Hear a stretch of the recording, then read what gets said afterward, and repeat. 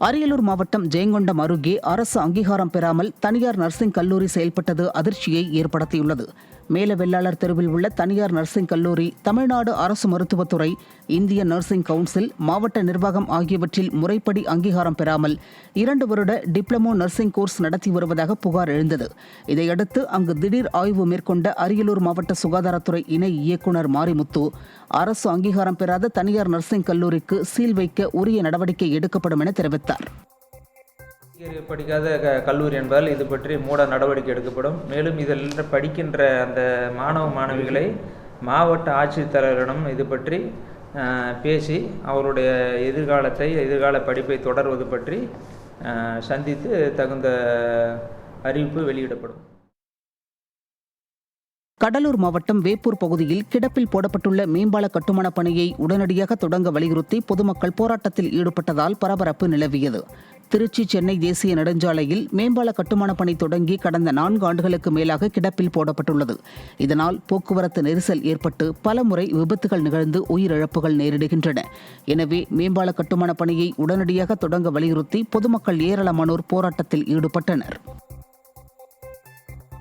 பெரம்பலூரில் அரசு வேலை வாங்கித் தருவதாக கூறி பணம் வாங்கிக் கொண்டு மோசடி செய்த திமுக பிரமுகர் மீது நடவடிக்கை எடுக்க கோரி 2 பெண்கள் மாவட்ட காவல் கண்காணிப்பாளரிடம் புகார் அளித்தனர்.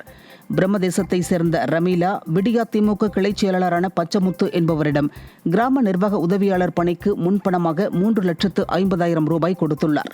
இதேபோன்று அதே ஊரை சேர்ந்த ராஜகுமாரி ரேஷனில் விற்பனையாளர் பணிக்கு முன்பணமாக 4 லட்சம் கொடுத்துள்ளார். நீண்ட நாட்களாகியும் வேலை வாங்கி தராததால் அவர்கள் பணத்தை கேட்டபோது அவர் மிரட்டியுள்ளார். இதுகுறித்து நடவடிக்கை எடுக்க கோரி அவர்கள் போலீசாரிடம் புகார் அளித்தனர்.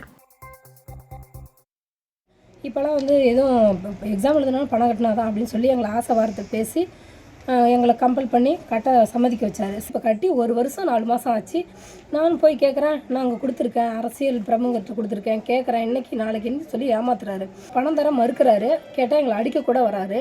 உங்களால் முடிஞ்சதை பார்த்துக்க, எங்கே வேணாலும் பார்த்துக்க, ஒன்றும் பண்ண முடியாது அப்படின்னு சொல்லி மிரட்டுறாரு.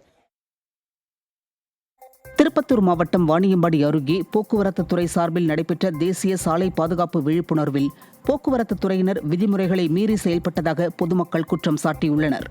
நெக்குந்தி சுங்கச்சாவடியில் போக்குவரத்து துறை சார்பில் சாலை பாதுகாப்பு குறித்து விழிப்புணர்வு நடைபெற்றது. மாவட்ட ஆட்சியர் கலந்து கொண்ட நிகழ்ச்சியில் நெடுஞ்சாலைத்துறை ஊழியர்களை மினி லாரியில் ஏற்றி வந்த அதிகாரிகள் விதிகளை மீறும் வகையில் செயல்பட்டதாக குற்றச்சாட்டு எழுந்துள்ளது.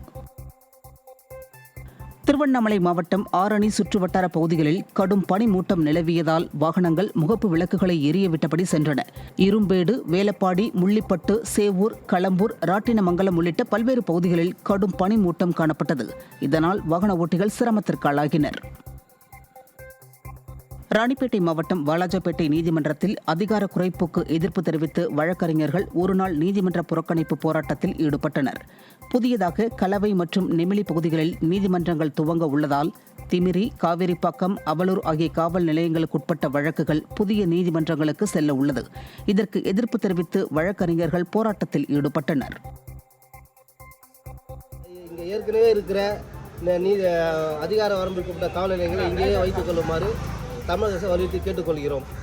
மேலும் இங்கே மிகப்பெரிய நீதிமன்றத்துக்கு பின்புறமாக 2-3 கட்டடங்கள் காலியாக உள்ளது. எனவே அந்த காலியான கட்டடங்களில் சிறப்பு நீதிமன்றங்களை அமைத்து தருமாறு தமிழக அரசை வலியுறுத்தி கேட்டுக்கொள்கிறோம். சேலம் மாவட்டம் ஏற்காட்டின் படகு இல்ல ஏரி விடியாற்றியில் கழிவுநீர் குட்டையாக மாறி வருவதாக சுற்றுலா பயணிகள் குற்றம் சாட்டியுள்ளனர்.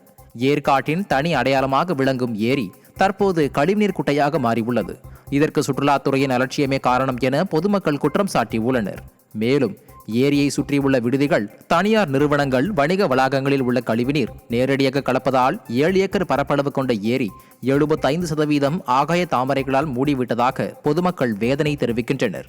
எனவே மாவட்ட ஆட்சியர் உரிய நடவடிக்கை எடுக்க வேண்டும் என கோரிக்கை விடுத்துள்ளனர். நெல்லை திருச்செந்தூர் இடையேயான பயணிகள் ரயில் சேவை 9 நாட்களுக்கு ரத்து செய்யப்படுகிறது. நெல்லை மேலப்பாளையம் இடையே இரட்டை ரயில் பாதை பணிகள் நடைபெறுவதால் ரயில் சேவை ரத்து செய்யப்படுவதாக தெற்கு ரயில்வே அறிவித்துள்ளது. புதுக்கோட்டை மாவட்டம் கந்தர்போட்டை அருகே மாட்டாங்கால் காளியம்மன் கோயிலில் பட்டியலின சமூகத்தைச் சேர்ந்தவர்கள் மீது தாக்குதல் நடத்திய மாற்று சமூகத்தினரை கைது செய்ய கோரி பட்டியலின மக்கள் சாலை மறியலில் ஈடுபட்டனர். புதுநகர் பகுதியைச் சேர்ந்த பட்டியலின மக்கள் கோயிலில் கிடா வெட்டி உணவு உண்ணும் போது மாற்று சமூகத்தை சேர்ந்தவர்கள் சாதி பெயரை சொல்லி அவதூறாக பேசி திட்டி உணவுகளை சிதைத்து அவர்களை விரட்டி அடித்துள்ளனர். இதனை கண்டித்து அவர்கள் கந்தர்வக்கோட்டை பட்டுக்கோட்டை சாலையில் மறியலில் ஈடுபட்டனர். விருதுநகர் மாவட்டம் பத்ராயிருப்பில் பொருத்தப்பட்ட உயர்மின் கோபுரத்தை பேரூராட்சி நிர்வாகம் கழட்டி சென்றதால் பொதுமக்கள் சாலை மறியலில் ஈடுபட்டனர். நாடார் பஜார் பகுதியில் அமைக்கப்பட்ட உயர்மின் கோபுரத்தை வேறு இடத்தில் பொருத்துவதாக கூறி அதிகாரிகள் கழட்டி சென்றனர். இதனால் ஆத்திரமடைந்த பொதுமக்கள் பத்திராயிருப்பில் இருந்து கூமாப்பட்டி செல்லும் சாலையில் மறியல் போராட்டம் நடத்தினர்.